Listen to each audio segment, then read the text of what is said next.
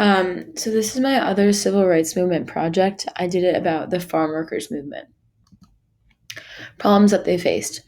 In California's Central Valley, there were 23,000 acres of some of the most productive farmland, and in the 1960s, as the agricultural companies that owned the farmland became wealthy, tens of thousands of farm laborers who worked the land became desperately poor. The conditions that the workers were living and working in were inhumane conditions that relegated these farm workers to the lowest workers in the whole country.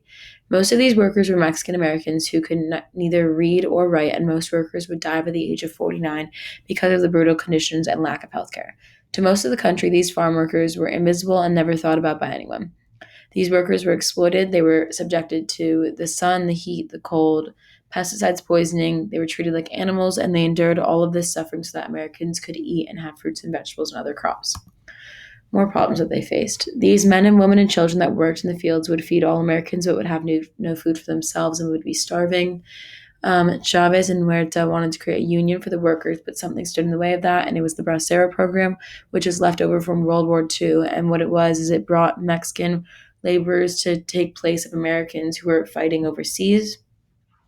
When the war ended, this program continued to bring these workers because there was basically an unlimited amount of desperate workers and they could be paid cheap. The problem was that once they were in the US, the employers could use them as strike breakers and have them deported if they complained so that they weren't allowed to organize into unions. The Bracero program, though, was finally ended in 1964, which did begin to help the farm workers movement. The goals of the movement. So in the goals of the movement, for all farm workers in the United States, they wanted higher and more fair wages, humane conditions, better housing, and to create a union that would protect all of the rights of farm workers. So one of the key figures of the farm workers movement was Cesar Chavez. Chavez was the second of six children and was born into a devout Catholic family on a modest ranch in Yuma, Arizona. His family lost this ranch during the Great Depression and were forced to enter the hard world of migrant labor. They had to travel through California to take whatever work they could find, and Chavez passed through 37 schools in 3 years doing this. Caesar was then forced to drop out at 14 to work full time in the fields for his family. Chavez then went into the Navy later in his life for a short time and left the Navy and started to work in the CSO, which was the Community Service Organization, which was a group dedicated to improving the lives of Mexican Americans. Chavez in that organization rose to become the group's national director. There's where Caesar met Dolores Huerta, who was a 28-year-old former school teacher from Stockton, California, and she shared his same passion for justice for farm workers. From there, Caesar became a very influential person in the farm workers movement and encouraged a lot of significant change. The second key figure is Dolores Huerta. Huerta worked at a school where there were a lot of malnourished children, and she tried to get help for them from the principal to get vouchers for shoes and food. And his response was that the children's parents, all they do is drink up the money, and this really motivated her to work more for the rights of farm workers and other people. She was very frustrated by this, and so she quit her job to become part of the CSO, and she eventually rose to become the political director there. There's where she met Cesar Chavez, and that is when they started working together to create real change and eventually create a union together. Many years later, she created the Dolores Huerta Foundation, where she helped communities and organize people to run for office and advocate on issues of health and education and economic development. Their tactics and actions during the farm workers movement to create change was that Chavez modeled his tactics based off of Gandhi and Martin Luther King Jr. because he wanted to take a nonviolent approach to this by doing strikes, boycotts, marches, and fasts. Although there was violence from the police and other unions like the Teamsters, he still stood by his passive resistance. The workers after this were able to try and create unions and go on strike, but that just brought violence into the towns and streets of California, and this just created a cycle of strikes and violence, and it wasn't successful. Caesar led a pilgrimage through the farm towns in California from Delano to Sacramento to try and bring national awareness to the cause and the issue. And this was meant to be a spiritual pilgrimage and have everyone think about what they've done, people that were against the movement and were for the movement. One of the main actions that they took was the Delano Grape Strike.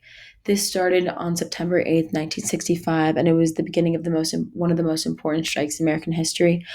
It was started by Filipino American workers who were working on grape farms. So, over 2,000 Filipino American farm workers refused to go to work picking grapes in the valley north of Bakersfield, California. This strike started because the Filipino workers in California, in particular, were growing restless as many of the workers were aging and for decent medical care and retirement funds. This strike was started by organizer Larry Itliong. He was also an influential person in the farm workers movement. It did gain support from Cesar Chavez and Dolores Huerta and their union eventually. The strike lasted 5 years and went through many phases. From the beginning, the already poor farm workers faced opposition from law enforcement and cruel attempts at sabotage by the growers. Some said that the farmers shut off the water supply to the workers' dormitories. As frustration grew and workers increasingly spoke of violence 3 years into the strike, Cesar Chavez decided to go on a hunger strike, following one of the things his hero Mahatma Gandhi did. The hunger strike not only ended calls for violence, but it also drew further attention to the movement, and it earned praise from figures like Martin Luther King Jr. and Senator Rob F. Kennedy. The United Farm Workers, which was the union that Cesar Chavez and Dolores Huerta started, also boycotted table grapes. Individual households stopped buying grapes, and union workers in California dockyards let non union grapes rot in their ports instead of loading them.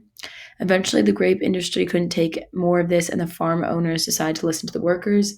In July of 1970, most of the major farm owners in the Delano area agreed to pay grape pickers $1.80 an hour plus 20 cents for each box picked and contribute to the union health plan, ensure that their workers were protected against pesticides used in the fields as well. The results and achievements of the farm workers movement. Chavez and Huerta were successful in creating a union called the United Farm Workers Union, and it protected farm workers' rights for years to come. The union improved pay, working conditions, and housing for farm laborers in the 1960s and the 1970s. They also paved the way for landmark legislation in 1975 that codified and guaranteed agricultural workers' right to unionize, bargain collectively with their employees, and vote in secret ballot elections in California. The movement established workers' right to organize.